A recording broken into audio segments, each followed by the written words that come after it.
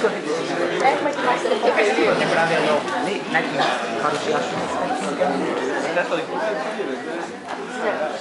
Εγώ θυμάμαι κάτι που κάνει. Εγώ δεν είχα κάνει. Με το οποίο με λύστε και αυτό. Ευχαριστούμε πολύ για την διευκόλυνση. Μια από τα παιδιά πρέπει να περάσουν απέναντι με καράβι.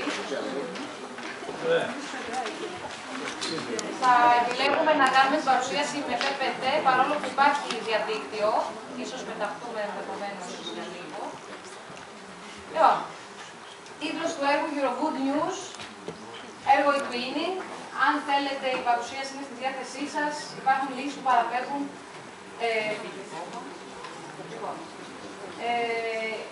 Θέλω να ευχαριστήσω και τη συνεργάτη μου εκπαιδευτικό που αυτή τη στιγμή δεν είναι μαζί μας σήμερα, η κυρία Παπαχαραλάπους, η οποία υπήρξε και διευθύντρια του Γκέλτς Κύρου. Και εδώ θέλω να τονίσω το ρόλο που παίζουν οι διευθυντές και γενικότερα τα στελέχη στο να μπορούμε εμείς να δραστηριοποιούμαστε κατά αυτόν τον τρόπο. Είναι πολύ σπουδαίο και το κλίμα που υπάρχει στο σχολείο. Υλοποιήθηκε το 2010-2011.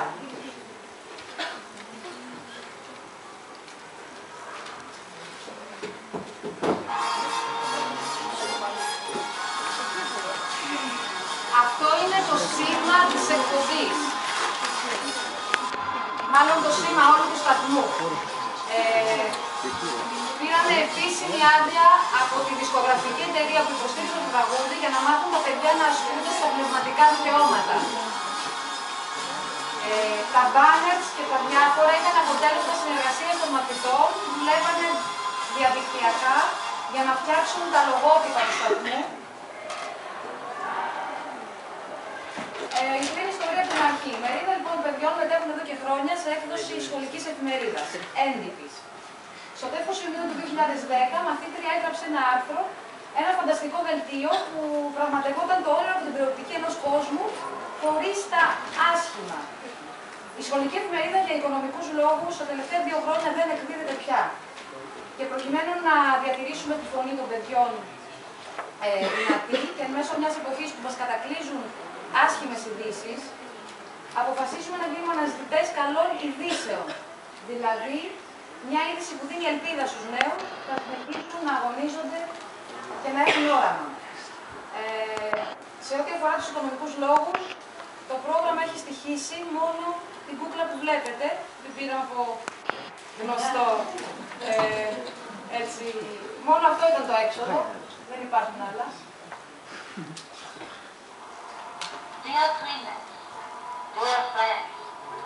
Επειδή ακριβώς απαγορεύεται να δείχνουμε ανήλικα παιδιά στην οθόνη, επιλέγουμε το σκύρι, ένα ερμαφρόδιτο κουκλάκι, το οποίο συμβολίζει και τη σκύρο, γιατί έχουμε τα σκυριανά λόγια. Η Ελλάδα λοιπόν, γενικό και ο σκύρο, είναι χώρα υποδοχής. Συνεργαζόμαστε με Ολλανδία, Τουρκία και Ιταλία στην εξής ιδέα. Αναζητούμε καλές ειδήσεις και δουλεύουμε για τη δημιουργία ενός δελτίου καλών ειδήσεων. Τα νέα αφορούν τομείς εκπαίδευσης, των επιστημών, της πολιτικής, του περιβάλλοντος, του πολιτισμού. Το κανάλι μας αποτελεί μια πραγματικότητα από το Φεβρουάριο τον περσινό. Είμαστε επιστοποιημένοι 24 ώρες 24 ώρες σε απεριόριστο αριθμό χρηστών. Με δυνατότητα προβολών on demand, δηλαδή εσείς επιλέγετε το δελτίο που θέλετε να παρακολουθήσετε, αλλά και live αυτό που παρακολουθήσατε πριν. Πατώντας το link, όποιος πάρει την παρουσίαση μπορεί να πάει. Θα δούμε μερικά αποσπάσματα από τις ειδήσεις.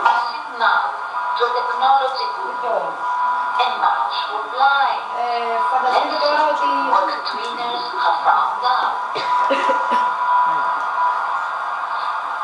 as we know, the blind can read only the touching text which are written in braille.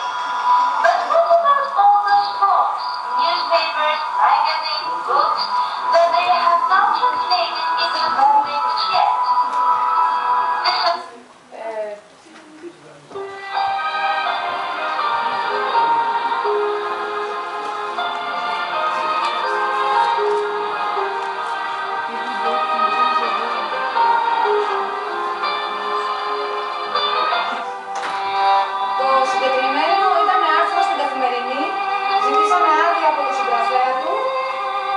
προκειμένου να το μεταφράσουμε στα αγγλικά και να το ανεβάσουμε σημαντικό για εμάς τα παιδιά να συμμετέχουν στην ιδέα των δημοκρατικών δικαιωμάτων.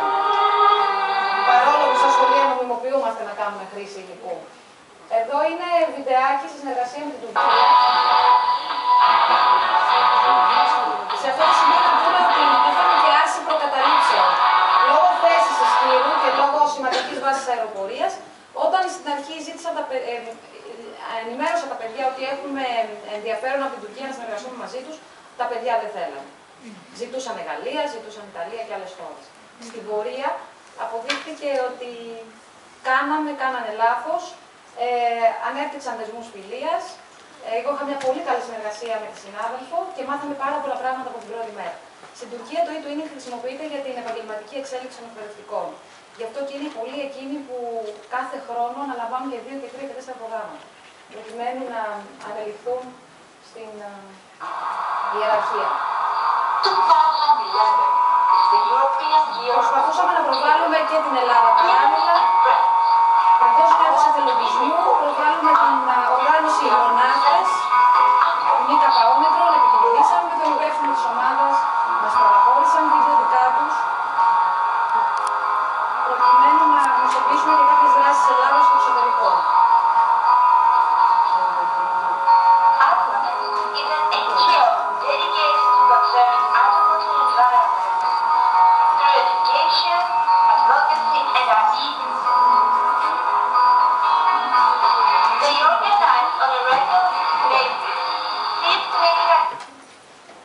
Στο Twin Space και στο ημερολόγιο έργο θα δείτε όλη την πορεία, θα ανακαλύψετε πώς συγκροτήσαμε την ομάδα, τα εργαλεία που χρησιμοποιήσαμε, την οργάνωση της εργασίας των μαθητών και γενικότερα τις φάσεις του έργου. Η πρώτη φάση είναι όλα με ανάλυση, εδώ απευθυνόμαστε περισσότερο σε μαθητές, αλλά αυτά όλα είναι ανελημμένα για τους εκπαιδευτικούς που θα ήθελαν να ανεβάσουν το ίδιο πρόγραμμα. Υπάρχει βάση των οδηγιών του e-twinning και υλικό στις πηγές. Έχουμε αναρτήσει για το πώς στείλουμε το σταθμό, ο οποίος δεν χρειάζεται και ιδιαίτερες γνώσεις. Εδώ είναι τα εργαλεία που χρησιμοποιήσαμε. Εντάξαμε και το ιντερνετικό ραδιόφωνο που είχαμε πριν 2 χρόνια στη Σκύρο. Δηλαδή, κάναμε εκπομπή με τραγούδια ιταλικά, ολλανδικά, ελληνικά, τα οποία έχουν κοινό ήχο και κάναμε ένα πάρτι χριστουγεννιάτικο πέρυσι. Μας χαροποίησε που δήλωσαν συμμετοχή ακόμη και μαθητές που άλλοτε δεν δραστηριοποιούνται σε αντίστοιχες δράσεις. Δεν απευθυνόμασταν στους καλύτερους μαθητές. Απευθυνόμασταν στους μαθητές που έχουν ενδιαφέροντα, που θέλουν να κάνουν κάτι διαφορετικό και ειδικά σε απομονωμένες περιοχές όπως είναι η δική μας. Είναι εναλλακτικές μορφές διαχείρισης χρόνου και πρόληψης και της σχολικής παραπατικότητας και αργότερα. Στο μέλλον θα είναι πιο ανοιχτά ως προς τη συμμετοχή τους. Αυτό φαίνεται και από το φετινό πρόγραμμα που τρέχουμε. Συμπτωματικά δεν θα είναι e-twinning, αλλά θα δούμε πώς θα πάει και ίσως θα ανοίξουμε του χρόνου. Κοινωνικοποιηθήκαμε, αναπτύξαμε δεξιότητες ζωής, μάθαμε να αναζητούμε πληροφορίες, συνεργαστήκαμε, αυτονομηθήκαμε, δώσαμε έμφαση στη διασταύρωση της πληροφορίας, σημασία στο σεβασμό των πνευματικών δικαιωμάτων, ξεπεράσαμε προκαταλήψεις, επικοινωνήσαμε, κάναμε νέους φίλους. Λίγο πριν τον επίλογο, στέλνουμε θερμές ευχές στην πρέσβυρά μας, την κυρία Ιουλία Γκίκα, για πρεσβευτής δράσης 10-12 στην Κεντρική Ελλάδα. Τον κύριο Λάμπρο Μπράκο, πρεσβευτή της δράσης e-twinning, και εδώ να πω ότι δεν είναι όλα ρόδινα. Αισθάνομαι την ανάγκη να πω ότι όταν ζήτησα άδεια από την υπηρεσία μου να παραστώ, ήμασταν αρχάρι, δεν μου δόθηκε γιατί κρίθηκε ως μη σημαντικό. Επομένως, γι' αυτό θέλω να πω ότι τα στελέχη παίζουν πολύ μεγάλο ρόλο ως προς αυτό. Το τονίζω. Η κυρία Παγώνα Παναγιωτίδη, με την οποία μιλούσαμε το καλοκαίρι, δεν είναι επερχόμενη, όμως για μένα ήταν σημαντική βοήθεια, και η Εθνική Υπηρεσία Στήριξης. Προβληματάκια τεχνικά ανάρτησης, ήταν άμεση η παρέμβαση και μέχρι σε σημείο που ήμασταν και πολύ ενοχλητικοί. Σήμερα γνώρισα τα πρόσωπα, την κυρία Καπράλη, τον κύριο Πανού, την κυρία Κομινού, μιλούσαμε με email. Λοιπόν, επίλογος, ευχαριστώ πάρα πολύ. Αφήνω το βίντεο να μιλήσει.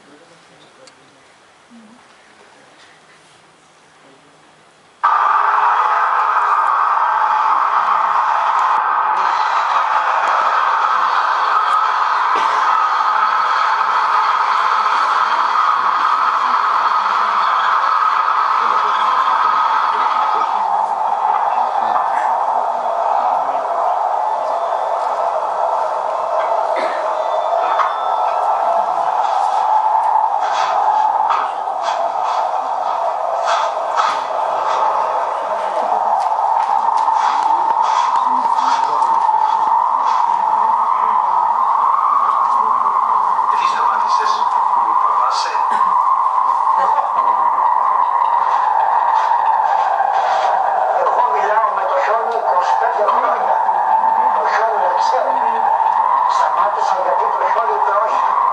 Και το χιόνι πρέπει να το σέβεσαι.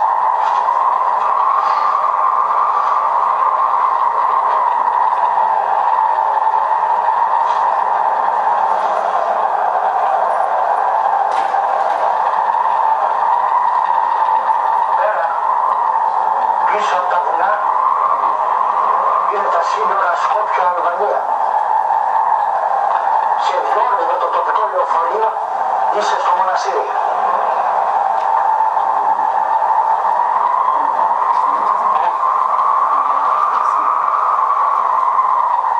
Θέλω να γίνουμε φίλοι. Στο χωριό μου, για να γίνουμε φίλοι, πρέπει να πιούμε από το ίδιο ποτήρι και να ακούσουμε το ίδιο τραγούδι.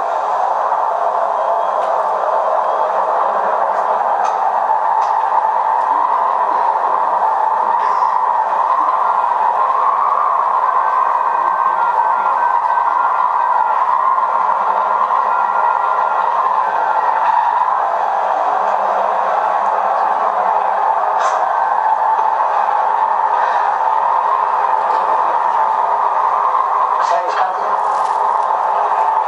η Ελλάδα πεθαίνει. Πεθαίνουμε σαν λαός. Κάναμε τον κύκλο μας. Δεν ξέρω πόσες χιλιάδες χρόνια ανάμεσα σε σπασμένες πέτρες και ανάλογα.